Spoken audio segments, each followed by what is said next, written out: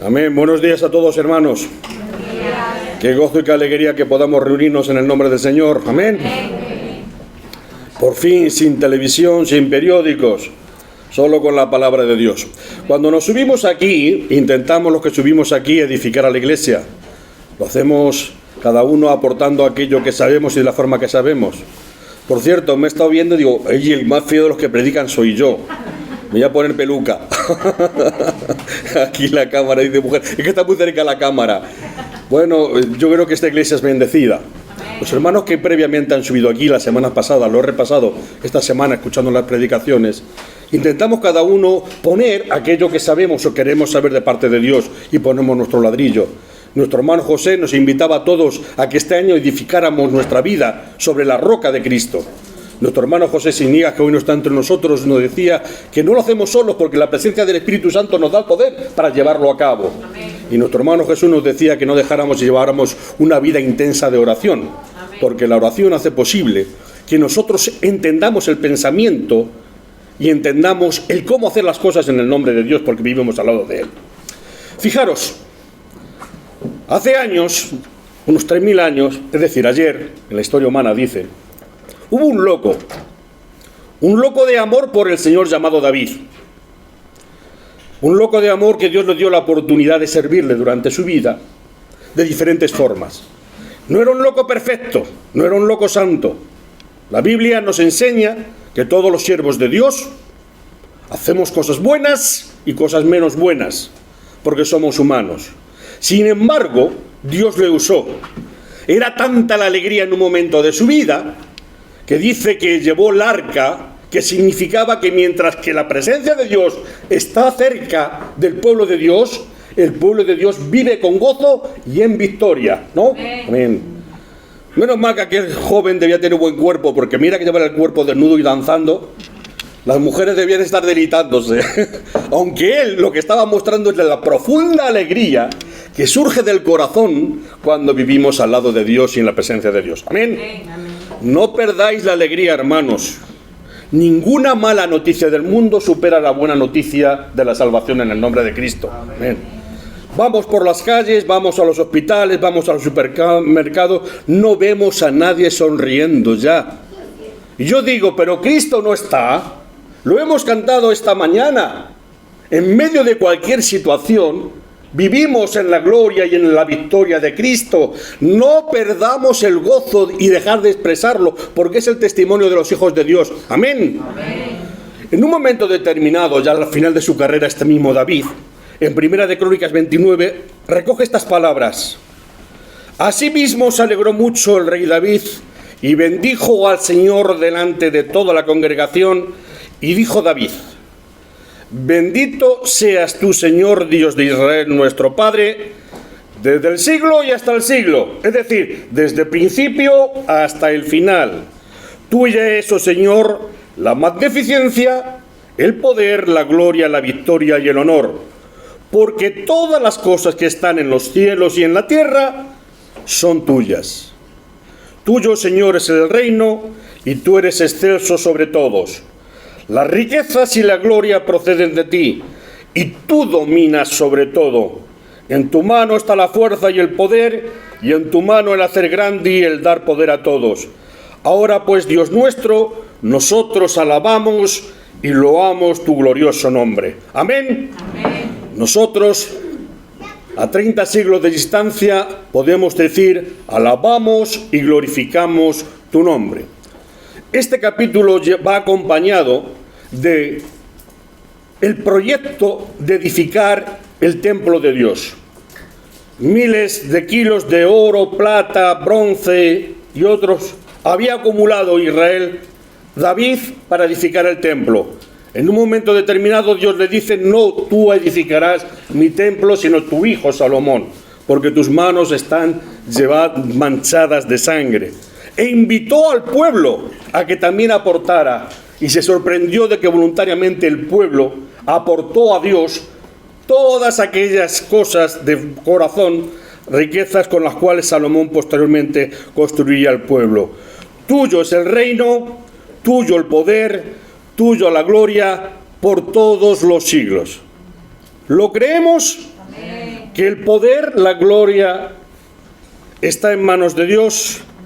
El rey David, al final de su reinado, mediante esta alabanza exalta a Dios y expresa las verdades centrales de la visión del mundo cristiano.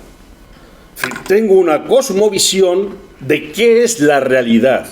Cuando yo tengo una visión completa, no me ahogo porque estoy viviendo una situación particular. Cuando yo sé de dónde vengo y a dónde voy, cuando yo sé que en medio de la batalla, en el nombre de Cristo voy a tener victoria, vivo el momento y el instante de forma diferente, ¿o no? Ya sabemos cuando vemos una película, lo he contado en otras ocasiones, estos héroes, que le están dando palos, pero al final Rocky vence, al final Van Damme vence, al final el otro vence, pero sufrimos ese periodo, pero siempre vence. Lo que la Biblia declara, que el seguidor de Cristo vence al final, sea cual sea el momento de la realidad que vive. Y esa es una gran ventaja que tenemos sobre aquel que ignora esta realidad. El Padre Nuestro, en la versión que nos dice Mateo, termina el Padre Nuestro con estas mismas palabras: todo el gobierno, todo el poder, todo el honor pertenecen a nuestro Dios. Es la confesión de que Dios es soberano. ¿Por qué se amotinan las gentes? ¿Por qué la gente vive preocupada? ¿Por qué los gobiernos? Ya hablan de globalismo ahí, ese Salmo 2. Se reúnen los príncipes del mundo, se reúnen en el foro de Davos, Foro Económico, Naciones Unidas, y todos se conjuran contra Dios y sus ungidos. Palabra profética. ¿Veis que estos que se juntan hagan una oración, mencionen al Señor, nos inviten a los ciudadanos del mundo a la espiritualidad, al seguimiento? ¿En nombre de quién se juntan? Los pueblos, los príncipes de los pueblos se juntan en contra de Dios y sus ungidos. Sin embargo, ¿significa esto que tengan el poder, la gloria y la honra? Según la declaración de los profetas, no. Tuyo es el reino. El reino de Dios no pertenece a iglesias, no le pertenece a denominaciones, no le pertenece a confesiones. El reino de Dios no se administra en comités, no se hace en consejos, no se hace en universidades. El reino de Dios le pertenece en exclusiva a Dios mismo. Nosotros solo somos siervos de aquel que es la fuente de la existencia de todas las cosas y todos los seres vivos. En el cielo, en esa dimensión espiritual del reino, ya se está cumpliendo la voluntad de Dios. Por eso en el Padre Nuestro reclamamos: Señor, que aquí en la tierra se haga la voluntad según ya se está haciendo en los cielos. Aquí en la tierra es la dimensión de aquí y ahora de lo que es tu reino celestial. Por eso llamamos iglesia. Y en la tierra es la parte visible que llevamos poco más de 2000 años de historia, donde cada día la iglesia vive creciendo. Este reino le pertenece a Él, y llegará el momento en que la construcción, la edificación, estará completa. Cuando Él decida, todo el mundo al final reconocerá que es Dios quien ha construido su reino, y a veces con nosotros y a veces a pesar de nosotros.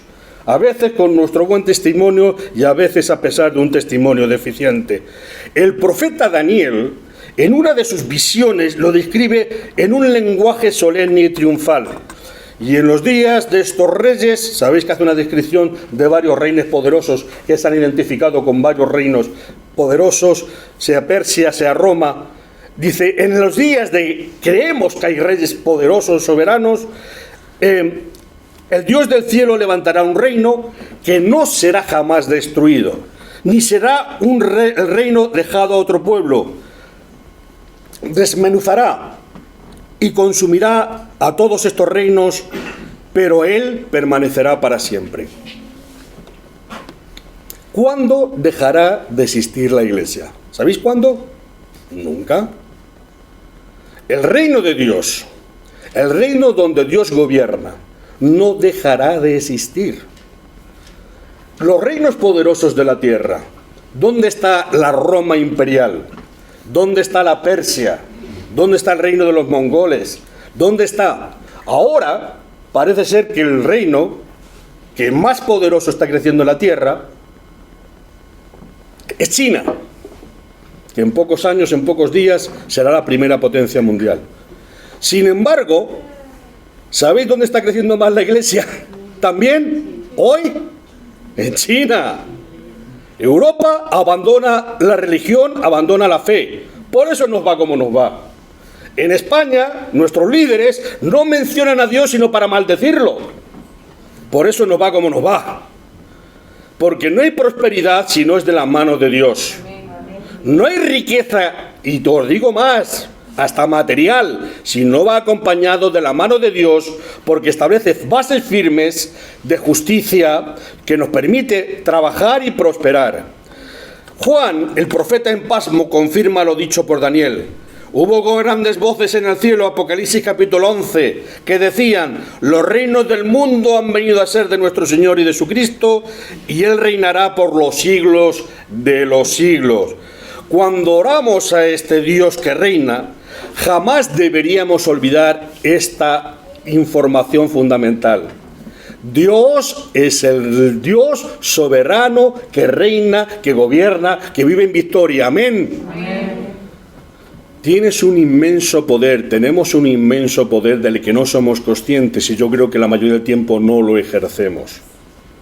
Al declarar la soberanía de Dios frente a los miedos de este mundo, frente a los gobiernos y a los reyes de este mundo, tuyo es el reino y tuyo es el poder. Este reino se está estableciendo poco a poco y finalmente triunfará. Ningún reino se impone sin poder y sin fuerza. Pero ha sido siempre un gran error considerar a los cristianos y su mensaje como débiles seguidores de un Mesías perdedor.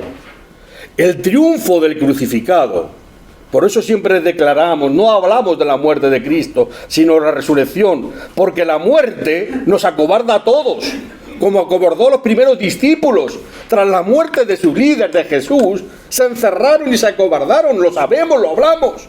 Sin embargo, tras la resurrección, la valentía llevó a sus vidas, diciendo el mensaje, todo aquello que nos habló Jesús, que era necesario que el Hijo de Dios entregase su vida, porque una vez que hemos entregado nuestra vida, la hemos recuperado para servir y llega vida de poder. Nadie os arrebatará. El miedo arrebata salud, hermanos. No viváis ni un segundo con miedo. Estamos en las manos de Cristo. Amén. Estoy en las manos de Cristo. Por favor, hazlo cada segundo, cada instante de tu vida. Cada situación, sea emocional, sea económica, sea familiar, sea de Cristo. Reclama en tu corazón y en tu pensamiento: estoy en manos poderosas de mi Señor. Y Él, si caemos, nos levanta. ¿Estamos convencidos del tremendo poder que tenemos?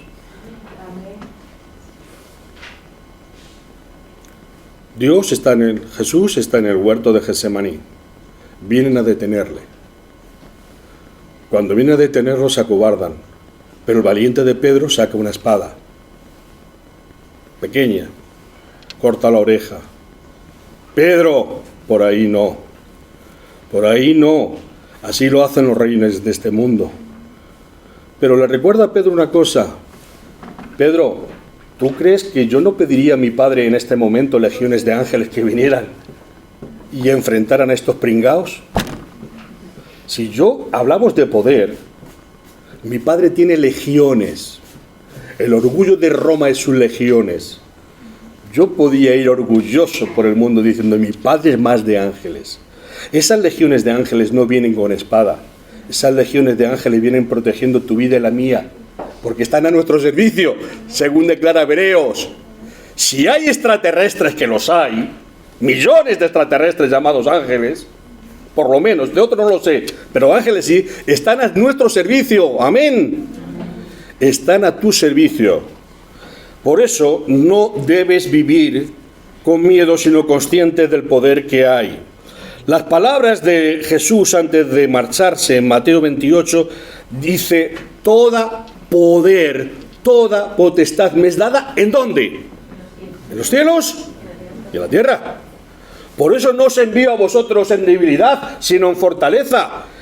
Por tanto, id y haced discípulos de todas las naciones. Si vosotros fuerais servidores de un reino fracasado, que no tiene futuro, no os diría que salierais y expusierais vuestra vida en nombre de una verdad que va a tener un fin, de una verdad que acaba en muerte, en derrota, en fracaso, porque Dios es el Dios de la salvación y de la victoria. ¿Lo entendemos? Aunque, como dice el autor de Hebreos, pero Padre, aún no vemos que todas las cosas te sean sometidas. Sí, claro que no está todo sometida. Dios ha permitido al príncipe de este mundo que haga sus diabluras, para saber quién es quién. ¿Quién es quién? Frente a la adversidad, frente a las dificultades, como os decía un día, tenemos que demostrar quiénes somos. ¿Somos de los que seguimos o somos de aquellos que Dios ha sembrado pero una esterilidad? A la primera dificultad, los hay. Hay personas que son así. Cristo estableció un reino que no es de este mundo. Su mensaje significa vida. Su poder viene del trono de Dios y la victoria está garantizada. Ese poder se demuestra en la capacidad de sus discípulos para conquistar reinos. El autor de Hebreos dice: por la fe, por la convicción de su fe, conquistaron reinos, hicieron justicia, alcanzaron promesas, taparon bocas de leones, apagaron fuegos impetuosos, evitaron filo de espada, sacaron fuerzas de debilidad. ¿Os sentís débiles en este momento? Sacar fuerzas en el nombre de Cristo, de debilidad. Se hicieron fuertes en batallas, pusieron en fuga ejércitos extranjeros. Vine aquí a resumir la experiencia de centenares de siervos de Dios que a través de la historia, por fe, habían conseguido y adquirido todas estas cosas que él describe. Los poderosos de este mundo intuyen que el poder del Evangelio amenaza sus propios reinos. Todo aquel que es poderoso en este mundo intuye que la fe cristiana, la fe del cristiano, es una amenaza a su poder. ¿Por qué? Porque el cristiano, como en palabras de los apóstoles, nos es necesario obedecer ¿a quién? ¿A quién? Antes. Y los hombres, si nos plantean una incompatibilidad con la demanda del reino de Dios, nosotros hemos de ser la valentía de decir: hasta aquí. Hasta aquí. Hasta aquí. Pagamos impuestos. Jesús dice: paga impuestos. A César lo que es de César, pero a Dios lo que es de Dios. No vas a arrebatar nuestra libertad para servir a Dios, para proclamar a Dios, para comunicar y extender el Evangelio, para denunciar al falso servidor. Porque el rey y el gobierno y todos y las leyes están para que ellos respeten las normas y las leyes que nos hemos dado. Sobre todo la norma de Dios, que es eterna, el principio moral. Vivimos tiempos en que la moralidad está dándose la vuelta, está redefiniéndose. El Hijo de Dios, ¿qué vamos a hacer? ¿Cruzados de brazos? Oraremos para que Dios levante personas, para que nuestro testimonio en lo que pueda ser se mantenga firme y sirvamos a nuestro Señor con el que nos hemos comprometido. Esta es la razón por la que se persigue al pueblo de Dios. Fijaros que estaba viendo un reportaje esta madrugada, porque últimamente estoy siendo mayor. A las 3:30 de la mañana me levanto y ya, de niño dormíamos, de mayor vamos dejando el sueño. Bueno, y veía como en China, desde Deng Xiaoping, viendo cómo crecían los cristianos y cómo crecían en lo que llaman ellos secta, los Falun Gong, que al fin y al cabo lo que hacían es yoga, intentaron reprimirlos violentamente. ¿Por qué? Porque Deng Xiaoping decía, es increíble que sigan antes a Cristo que a mí, su líder.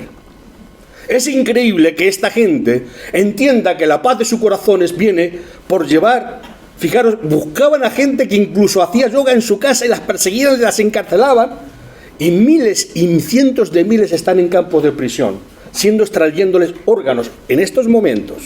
Y ese es el líder que queremos poner por modelo del mundo. Un modelo del mundo. Esto es una realidad. Cuando nosotros vemos lo que ocurría, nosotros pensamos que Dios está a favor de su pueblo, y es cierto, pero a veces el pueblo que no mantiene y defiende la fe y el vigor, como ocurrió en Egipto con José. José llega a Egipto, la familia, la historia, y son privilegiados durante un tiempo, pero pasa el tiempo y nos dice que en Egipto sufrieron durante 370 años. Vivieron bien durante 60 años, pero el resto vivieron fatal, en el sentido de que apenas tenían para comer, tenían que trabajar como esclavos, y Dios no llama a un pueblo a la esclavitud, llama a un pueblo a la liberación, desde la liberación espiritual a la liberación física y la liberación material. ¿Han ganado los malos? No, para nada les ha servido. La fe cristiana es más fuerte que nunca. Las puertas del Hades no van a prevalecer contra la iglesia del Señor. Las tinieblas van a dar paso a la luz, la mentira será revelada por la verdad y la vida vencerá a la muerte. El poder es de Dios, suya es la fuerza. Del cielo fluye constantemente un alimento espiritual que nos inspira y fortalece a su pueblo. Capacita a los creyentes para aguantar la persecución. Entrar ahí en la página de Puertas Abiertas y ver cómo están los cristianos en el mundo. Mirad cómo están los cristianos en el mundo. No solamente en China, sino en la cantidad de países en los que somos reprimidos. La Iglesia tiene una capacidad ofensiva que subestimamos. El pueblo de Dios no solamente participa en la historia de este mundo, sino que tiene la capacidad de dirigir la historia en el poder del Señor. Es una cosmovisión del triunfo final. ¿Consecuencia de qué? De que el poder es de Dios, y esto tiene que llenar nuestras vidas y nuestras oraciones de confianza. ¿Lo entendemos? Amén. Hasta aquí la introducción. Y ya debería decir acabar. Hasta aquí la introducción. Todo el mensaje de Cristo, desde el Antiguo al Nuevo Testamento, es que el reino le pertenece a Dios y a sus seguidores. Y la victoria le es absolutamente definida y establecida desde ya. Somos un pueblo que vive en victoria. Y la Iglesia mira al futuro y debe mirarlo con convicción de la fe. ¿Qué es convicción? La convicción es la idea religiosa a la que está uno fuertemente adherido. Evidentemente hay gente que está convencido de ideas políticas o de ideas éticas.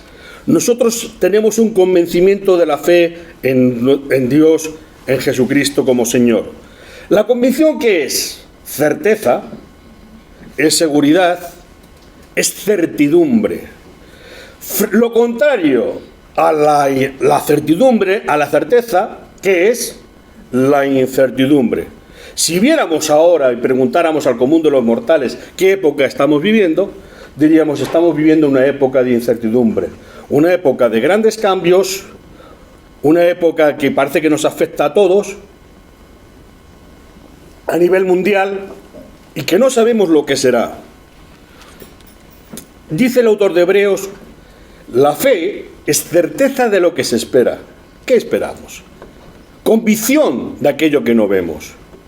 La gente nos pregunta, ¿dónde está tu Dios? Y como el salmista decimos, yo también clamo, ¿qué quieres que te lo presente? Te presento a mi amigo, porque nosotros creemos por el testimonio de otros acerca de Dios y por las arras del Espíritu Santo, pero no podemos enseñarte a Dios de forma que tú quieres verlo, de forma que tú lo toques, lo veas. Es necesaria la fe. Tener fe es tener la plena seguridad de recibir lo que se espera, es estar convencido de la realidad de las cosas que no vemos. Y dice que los que nos precedieron fueron aprobados por Dios a causa de la fe, a causa de haber tenido fe. Y se denomina incertidumbre la situación de desconocimiento que se tiene acerca de lo que sucederá en el futuro. No resistimos bien la incertidumbre. Psicológicamente es muy difícil. Es muy difícil. Una persona, un adolescente, un joven, alguien que está en relación con otra persona, no tolera bien el hecho de, pero ¿me quieres? ¿No me quieres? ¿Me querrá? ¿No me querrá? No lo tolera. No puede dormir, no puede comer. No lo tolera, a nivel humano no lo tolera. A nivel espiritual, a nivel vital, ¿qué va a ser de nosotros? ¿Qué va a ser? ¿Qué va a ser? No se tolera bien la incertidumbre. Siempre la incertidumbre está presente en la vida humana. Es una sensación de inseguridad, de temor, que muchas veces hace que el individuo se paralice, hasta tanto contemple una situación futura favorable. Tenemos personas en esta pandemia que lo hemos mencionado, a los cuales rechazan en la Constitución, no salen incluso de casa, tienen miedo a la incertidumbre. Y el miedo les lleva a no vivir. Vivir con miedo es no vivir. La fe en Jesús nos proporciona una confianza absoluta en la soberanía de Dios. ¿Quién es el que vence al mundo?, se pregunta la palabra de Dios, sino el que cree que Jesús es el Hijo de Dios. Ninguna circunstancia altera el resultado final, porque la victoria está del lado de Dios y de sus seguidores. ¿Lo entiendes? Por favor, me gustaría que nos alentáramos con esta convicción. Yo pertenezco al ejército de Dios que ya ha vencido. Yo pertenezco al reino de Dios que ya ha vencido. Como dirá, me podrán ponerme dificultades, me podrán perseguir. Como diría el autor de Hebreos, a muchos de vosotros os han arrebatado la vida, os han arrebatado las propiedades y vivís con alegría y gozo en la fe del Señor. Os sorprendo y os alabo. No sé hasta qué punto la vida nos pondrá en una tesitura difícil. Lo que sí tenemos que hacer es preparar nuestros corazones y nuestra vida para saber de parte de quién estamos. No vale cualquier fe, cualquier religión, filosofía, doctrina. ¿Por qué? Porque solo hay una fe verdadera, porque solo hay un Dios verdadero. La fe en Cristo nos acompaña en la vida eterna y nos acompaña en la eternidad. Os he contado en otras ocasiones la historia de un catedrático que tuve cuando estudiaba sociología. Aquel catedrático, que era discípulo del filósofo Nietzsche, era discípulo y el hombre pues toda su vida había asumido las enseñanzas, porque un discípulo es aquel que sigue al maestro. Nietzsche fue uno de los filósofos más influyentes del siglo XIX y una de sus frases famosas que conocemos es: Dios ha muerto. Nietzsche cuenta la historia de un hombre loco que baja al mercado y anuncia la muerte de Dios. ¡Dios ha muerto! Dios sigue muerto y nosotros lo hemos matado. ¿Cómo podremos ahora reconfortarnos? El más santo, el más poderoso que el mundo ha poseído, se ha desangrado bajo nuestros cuchillos. ¿Quién limpiará esta sangre de nuestras manos? El loco gritaba de esta manera y la gente intentando persuadir de que Dios ya estaba muerto. Dios ha muerto no quería decir que Dios había existido y había dejado de existir, sino se estaba refiriendo al creciente ateísmo que durante el siglo XVIII, con el nacimiento de la Ilustración, estaba siendo sembrado. La idea de la que la ciencia, la razón, el progreso que decían intelectuales de aquellos años, era la razón para la que decía: a Dios ya no lo necesitamos. La diosa ciencia, la diosa razón, la diosa progreso. Siglo XVIII, siglo XXI, jamás ha tenido tanto poder el desarrollo de la ciencia y el desarrollo de la tecnología como los días que estamos viviendo. En pocos años, los grandes cambios que vamos a vivir son tremendos. La gente ya no necesita a Dios. Lo hemos sustituido por la ciencia. Podemos prolongar tu vida, podemos prolongar tu salud, podemos prolongar tu felicidad. Ahora se dice que no tendremos nada, pero seremos felices, según la declaración de por ahí. Eso sí, lo que lo dicen cada vez tienen más. Se dice que nosotros no podremos subirnos a un avión, como mucho a un coche cama, pero quien dice eso ya tiene 4 o 6 aviones particulares. Es tremendo el mundo en el que vivimos. El ateísmo se volvía una vez corriente cada vez más popular. De ahí proviene el pensamiento de Nietzsche, a pesar de que nació en una familia creyente. El papá y el abuelo eran pastores protestantes. Si Dios ha muerto, si la idea de su existencia ya no es una respuesta a nuestras necesidades, ¿qué queda para la humanidad que ha basado su moral en la promesa de un creador y una vida del más allá? Mi catedrático, aquel catedrático con un cáncer de laringe que apenas le permitía hablar sin la ayuda de un megáfono, sentía próxima su muerte. Sentía que su maestro, que le había acompañado durante su vida personal y profesional, ahora en este momento le había abandonado. No encontraba respuestas satisfactorias en sus escritos, en sus enseñanzas, en sus palabras que le ayudaran en este trance. Y con dolor de corazón escribía: ¿dónde estás? ¿Dónde estás, mi maestro roto? Sentía que en estos momentos de su vida, el maestro que le había acompañado durante su vida, la había abandonado. ¿Dónde estás, mi maestro roto? Si nosotros, que hemos confesado que Cristo es nuestro Señor y nuestro Maestro, ¿en qué momento vamos a decir: aunque ande en valle de lágrimas de muerte, tú me sostendrás, tu vara y tu cayado me acompañarán? No estaremos plegando, no estaremos diciendo adiós a la vida cuando Dios nos recibirá en el más allá. No pasará ni un segundo, hermanos, cuando tú estés entregando la vida aquí en la tierra, cuando Dios te está recibiendo allá en los cielos.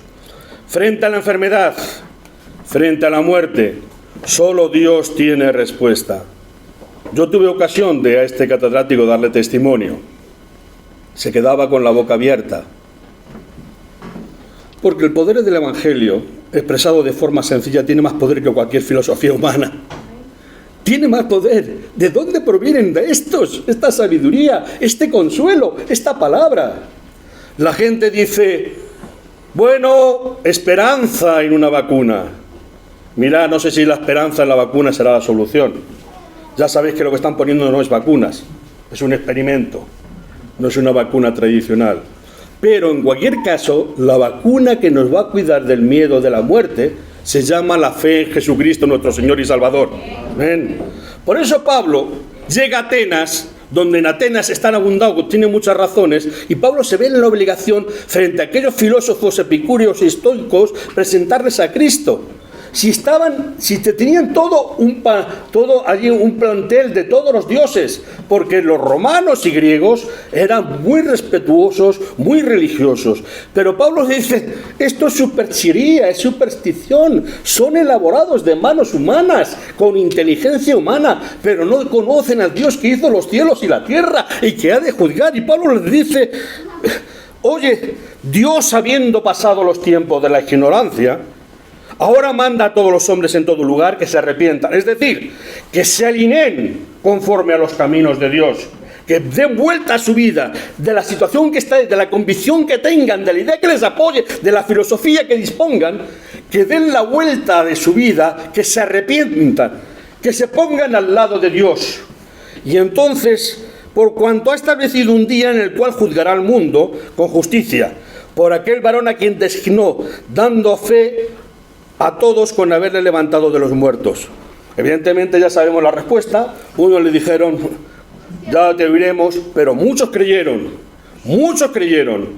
porque muchos entendieron frente a la palabra de Dios que era el mensaje que realmente llenaba sus vidas, daba razón a su existencia y explicaba la vida y la muerte. En ocasiones nos acusan a los cristianos de ser intolerantes, por no otorgar el mismo valor a una religión que a otra, ¿no? Nos dicen: pero bueno, ¿cuántas religiones? ¿Cuántas veces no nos dicen? Todas las religiones son iguales, etcétera, etcétera. Y nosotros acá tenemos que decirle: yo no te estoy hablando de una religión, Yo te estoy hablando de una relación con el Dios único y auténtico. Ya, pero es que las religiones, oye, lo que hayan hecho otros es como cuando yo iba a Latinoamérica me decían que yo había conquistado, que yo había violado, que yo no sé qué. Digo, pero madre mía, yo tengo edad, pero no tanta. 1492 y años siguientes. Por favor, lo que hayan hecho las religiones, yo no lo sé. Yo siempre digo, y los políticos, y los filósofos, y lo que han hecho. Pero Cristo, nuestro Señor, lo que ha hecho es dar su vida por ti. Amén. Y yo te estoy reclamando que seas aquel que da la vida por ti. Amén. Señor Pedro Sánchez, ¿qué hace usted por cualquiera de los ciudadanos? Señor de Podemos, ¿qué hace usted por cualquiera de sus ciudadanos? Yo me entrego a Cristo, porque Cristo dio su vida por mí. Amén. Y cualquiera que nos siga a nosotros es porque nosotros también estamos dispuestos a dar la vida en el nombre de Cristo. Amén. Amén. Porque nadie tiene más amor. Por eso aquí no predicamos a Juan Lázaro, ni a Jesús Manzano, ni a José Quirón, ni a José Siniega, ni a nadie de nadie. Aquí predicamos a Cristo. Amén. Porque Cristo es el único que ha dado su vida. El único que vino a un mundo infectado, de un mundo de gloria y de salud y de luz y de paz, para rescatarnos. Gloria a Dios. Y no lo hace retóricamente, lo hizo tomando nuestro papel, tomando nuestro lugar. Y además, como nos dice la palabra de Dios, no vino como un privilegiado, en la mejor época, en la mejor situación, sino que padeció con todo aquello que pudiéramos padecer. Perteneció a la clase social más baja que podía pertenecer en su momento. Jamás posiblemente recibiría un regalo como reciben nuestros niños hoy día, de una familia pobre, en un lugar pobre, en una época pobre. Los impuestos no os hablo, lo que había aquí en aquel Israel. Apenas tenía la gente para, como decía mi mamá, apenas tu padre trabaja para tener que comer el año. De vestidos ya ni os digo. Y ese Dios que vivía en la eternidad nos demostró el amor. Los líderes, y eso tenían que ver, y está ahí en el Antiguo Testamento, el rey en nombre de Dios tenía que recordar que no podía enriquecerse, que él estaba puesto ahí para enriquecer a su pueblo. Amén. Aquel que quiera representarnos tiene que ser nuestro servidor. Por eso dice en la iglesia que consideremos a aquellos que nos sirven y que les tengamos mucho respeto y cariño, porque lo están haciendo en el nombre de Cristo y con sacrificio. Y eso es lo que tenemos que hacer. Los cristianos no somos ciegos, sino que debemos abrir los ojos. La tolerancia no es el valor supremo. Por encima de la tolerancia está el necesario conocimiento del Dios que nos ama, nos salva y nos da vida. ¿Lo entendemos? Amén. Pueblo vive en victoria, vive con los ojos abiertos. Ayer oía a una persona, a otra y a otra, y todos estaban diciendo, ¿y qué podemos hacer? Y todos concluían, tener conciencia de la realidad en la que nos movemos, tener conciencia de la verdad, tener conciencia de cómo los hombres manejan las cosas y cómo Dios hace las cosas, y juzgarlo a los ojos de la palabra de Dios. ¿No lo dice la palabra de Dios? E incluso de mis servidores, dice, no tengas en cuenta las palabras, sino ten en cuenta el ejemplo. Amén. El ejemplo no puede contradecir las palabras. ¿A que sí? Pues juzguemos con estos a los que nos dirigen y nos mandan, y saber si tienen derecho a nuestro seguimiento, a nuestro voto, a nuestra elección. Aquí no hablamos de política, pero hablamos de política, en el sentido de que Dios quiere nuestra felicidad y nuestra plena realidad, aquí en los cielos como aquí en la tierra. Por eso dice Dios, tenemos derecho a vivir la eternidad. Y Jesús nos va a advertir, cuidado, iglesia, porque la prosperidad del reino de Dios va a depender también de dónde, el lugar donde vosotros desarrolláis vuestra vida. ¿En qué circunstancias? Señor, libéranos, tú prometiste a Abraham una tierra que fluía leche y miel, y lo que estamos es una tierra de esclavitud. ¿Pero por qué esa esclavitud? ¿Por qué? Porque no clamáis a mí. El pueblo de Dios debe clamar. Señor, queremos vivir en tu paz. Queremos vivir la paz de tu reino. Por eso, los hijos de Dios hemos de estar conscientes del derecho que tenemos, de la dignidad que tenemos, y no podemos dejar de vivir y de reclamar los derechos que Dios nos asiste, porque Dios nos ama a cada uno de nosotros. ¿O acaso no queremos lo mejor como padres y como madres para cada uno de nuestros hijos, de cada uno de nuestros nietos. ¿No queremos lo mejor? Pues entonces, si nosotros queremos lo mejor para nuestros hijos, ¿Dios no va a querer lo mejor para nosotros? En las mejores de las circunstancias, las mejores de las comidas, las mejores de los estudios, las mejores de la vida. Y Dios es el Dios que esclaviza, ¿no? El Dios que esclaviza. El Dios que libera. Nuestro Dios es un Dios liberador. ¿Sabéis lo que significa la palabra redentor, no? ¿Qué es redimir? Sabéis que a Cervantes le tuvieron que redimir, ¿no? Varias veces, con dinerito, pagar un precio por su libertad, cuando cayó en manos del turco en Argel. Fueron redimidos por dinero. Pues bien, ¿por qué? Porque Dios es el Dios que busca la libertad, porque no soporta que vivamos ningún tipo de esclavitud. Evidentemente nos está hablando de la esclavitud del pecado. He de acabar. Tenía que hablar de la iglesia de Pérgamo, pero como hago siempre, me extiendo. Porque la iglesia de Pérgamo tiene grandes lecciones para nosotros y los cristianos de aquella iglesia también para nosotros. Tiene grandes lecciones y grandes advertencias. Así que para terminar, voy a reconducir lo que he dicho a la conclusión que necesitamos. ¿Qué son estos elementos que tomamos? Son los elementos que nos hablan del Dios que nos libera, del Dios que nos da poder. Por eso, cada vez que tomamos del pan y bebemos de la copa, tenemos que decir: Señor, me comprometo contigo, a que tú eres mi maestro, yo soy tu discípulo. Me comprometo contigo a defender la libertad por la cual tú has muerto por mí y dado tu vida. Porque tú viniste para redimirme, para que viviera en libertad.